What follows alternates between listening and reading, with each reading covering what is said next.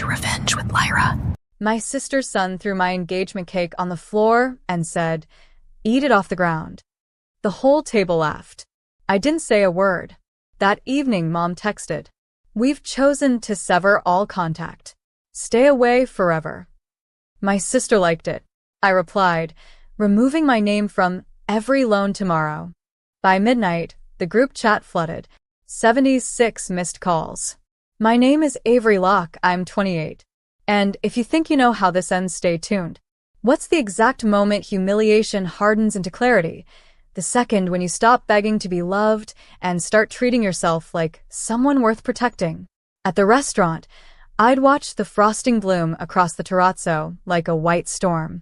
The fork I was holding reflected my face in a thin strip of silver, small, quiet, steady. I placed it down neatly, stood up, and kissed my fiancé, Nate, on the cheek. "We're leaving," I said, as my nephew howled and my sister smirked into her champagne. Back home, I set my phone on the counter, washed buttercream off my heel with dish soap that smelled like lemons, and opened a red accordion folder. Inside, every document they'd begged me to just sign for a little while. The auto loan I co-signed for my sister's husband. The boutique line of credit Mom opened with me as the guarantor. Utilities at their rental in my name just until spring. 3 authorized user cards riding on my FICO, swiping their dinners through my future. They told me to stay away forever.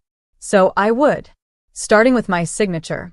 I drafted emails, revocation of authorized users, removal of autopays I'd set up, termination notices for utilities, demand letters to lenders where I was guarantor, advising that my continued guarantee was contingent on immediate refinancing without me. I scheduled calls for morning with the bank manager and my attorney. I set an alert to freeze my credit at 9:01 a.m. At 12:07 a.m., the first "call me now" hit. By 12:40, the group chat was a siren, crying emojis, threats, bargaining. It was just a joke. I turned the phone face down. The kitchen window showed my reflection in black glass, bigger now, somehow, shoulders squared. Tomorrow, I thought, the money will tell the truth, they won't. At 8:45 a.m., I was already at the bank, the folder tucked beneath my arm like armor. The manager, Mrs. Donnelly, glanced at the stack, eyebrows rising. "Busy morning?" "Family business," I said, sliding over the revocation forms. "Remove these 3 authorized users and flag any linked accounts for suspicious activity. Effective immediately." She scanned the list. "These are relatives?" "Were," I corrected softly. While she typed, my phone buzzed nonstop. 27 missed calls from Mom, 5 from my sister, 1 from an unknown number I knew belonged to her husband. I didn't answer. The manager printed confirmations and slid them across the desk. "All processed. You'll receive verification emails within the hour." Perfect. As I walked out, the air felt sharper, cleaner. Across the street, the bakery where my engagement cake had been made had just opened. Through the window, I saw the same baker boxing up pastel cupcakes for another customer, her smile easy and warm. It was strange. I didn't feel bitterness. Just distance. By noon, the first email came. Authorized user removal complete. 10 minutes later, another. Then the messages turned desperate. "Mom.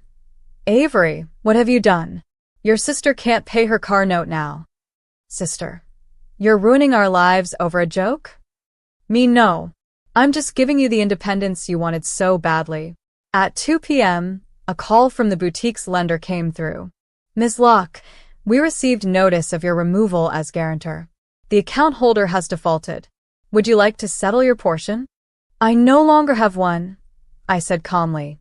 "Please direct all communication to Elaine Locke." The silence on the other end was brief, but heavy. That night, I opened a bottle of white wine and watched the missed calls climb past 70. Each ring was a reminder. This was a revenge. It was recovery. And recovery, I realized, always sounds like silence. By the next morning, the silence broke loudly. Mom showed up at my door at 7:12 a.m., hair unbrushed, wearing her floral robe like battle armor. Behind her, my sister clutched her phone. whispering furiously into it. Avery, open the door right now. Mom's voice hit the wood like a hammer. You've humiliated this family. The bank froze our accounts. I cracked the door open an inch. No, Mom. You did that when you used my credit as your safety net. She shoved the door wider. We were family. You don't turn your back on blood. I stepped aside, calm, deliberate.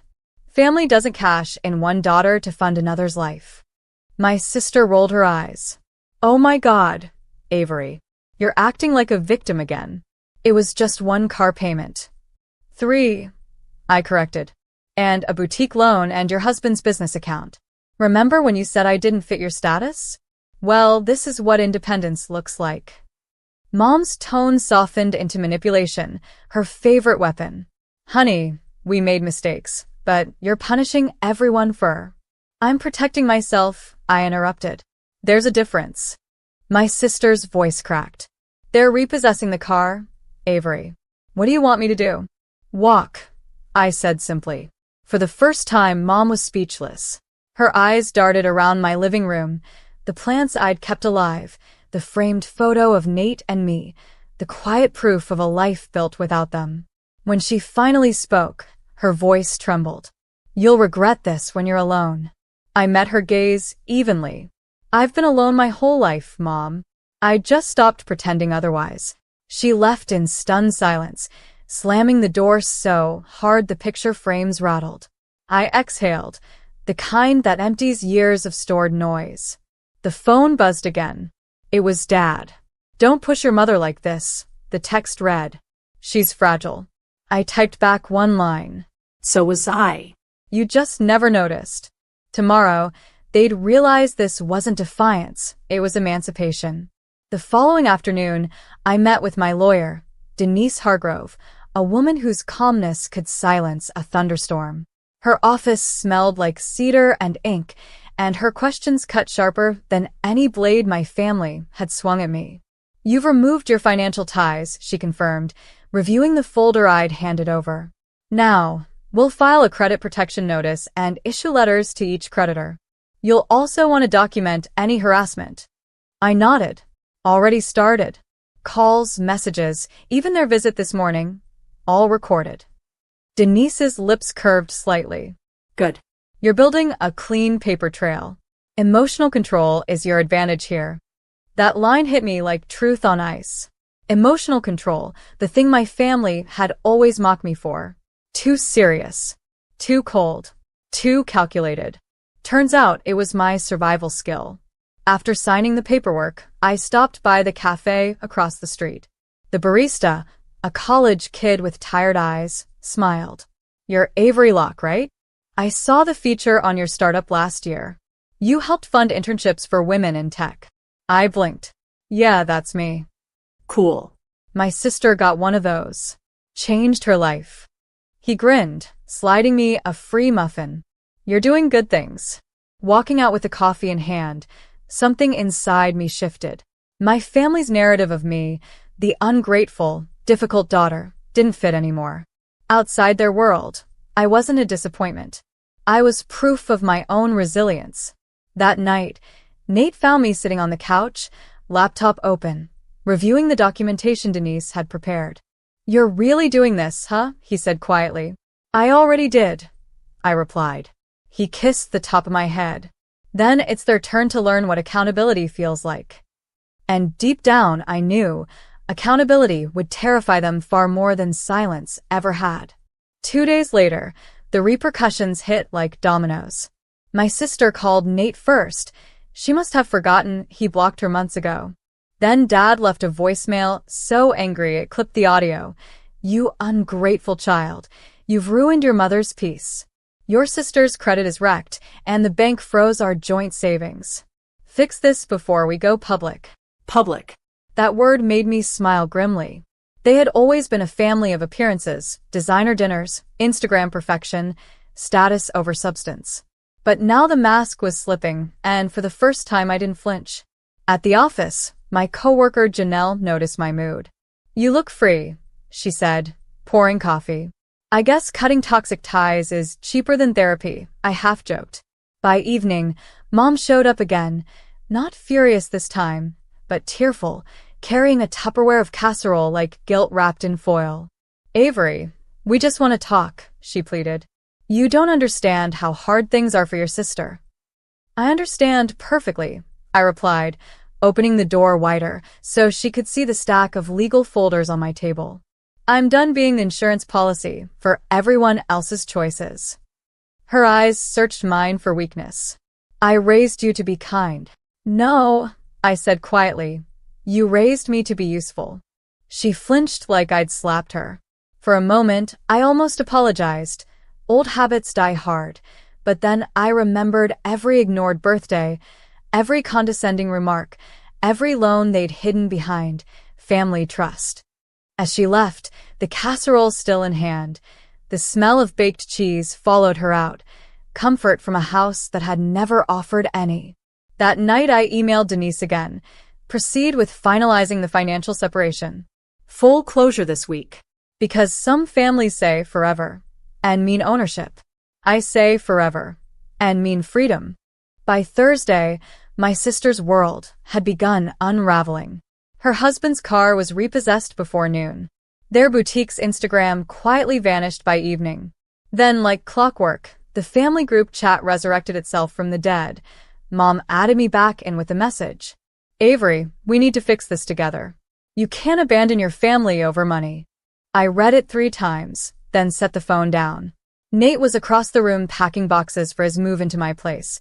Boxes filled with laughter, calm, and everything my old house had lacked. "They're trying to pull you back in, huh?" he asked. "Always," I murmured. "They only remember love when the bills arrive." He nodded slowly. "You know, maybe you don't need to answer. Sometimes silence is the most eloquent sentence." He was right. I didn't reply. Instead, I opened my laptop and finalized something that had been quietly building for months, a personal grant program in my company's name for women starting over after financial exploitation. The seed fund, $120,000. My money, my choice, my way of rewriting the story. That night, I received a text from an unknown number. It was my sister. "They're blaming me now. Dad says it's all my fault. Please talk to Mom. She's losing it." I stared at the screen until it dimmed. Then I typed one line. "I spent years losing myself for all of you. I'm done being lost." The phone stayed silent after that. The air in the apartment was soft and steady, the kind of silence that feels earned. For the first time, I realized peace doesn't always come after forgiveness. Sometimes it begins with absence. Friday morning brought a storm. Online, not outside. My sister's husband had gone on Facebook Live, raging about a greedy sister ruining her family. I only knew because my coworker sent the link with a warning. "Don't look. It's bad." Of course, I looked. He stood in their half-empty living room, shouting into his phone while Mom's voice echoed off-screen, feeding him lines. "She used us. We gave her everything," he cried. The irony was almost poetic. The comments, however, weren't what they expected. "Wait, isn't she the one who paid your loans? Sounds like you were mooching, bro. Avery Locke, the entrepreneur?" I'd pick her side. Within hours, their tantrum became their undoing. My company's followers flooded their feed with receipts, literal screenshots of my foundation's community grants, scholarships, and donations. Every lie they told only made the truth louder. That afternoon, Denise called. "They've officially violated defamation clauses by going public," she said coolly. "You can file, but you don't have to. They're self-destructing just fine." I smiled faintly. No lawsuits. Let the truth breathe. Nate found me later on the balcony, sipping tea while the city lights flickered below. "You look peaceful," he said. "I am," I whispered. For years, I wanted them to see my worth. But now, I don't need them to look. I can see it myself. He wrapped his arms around me from behind. "You think they'll ever apologize?" I shook my head. People who confuse love with control never do. But that's okay. I stopped living on their terms. Down below, a gentle wind rustled through the street trees, that quiet, satisfied kind of wind that sounds like something finally exhaling. Tomorrow, I'd finish this chapter. Not with vengeance, but with vision. Saturday arrived like calm after a decade-long storm. The morning light slipped through my curtains, soft and golden, touching the room I had built piece by piece. No borrowed money, no hidden debts, no conditional love. Just mine. I brewed coffee, checked my inbox, and paused at a subject line. Community Award nomination. Avery Locke. The local council wanted to honor my new grant program for empowering women through financial independence. I laughed quietly.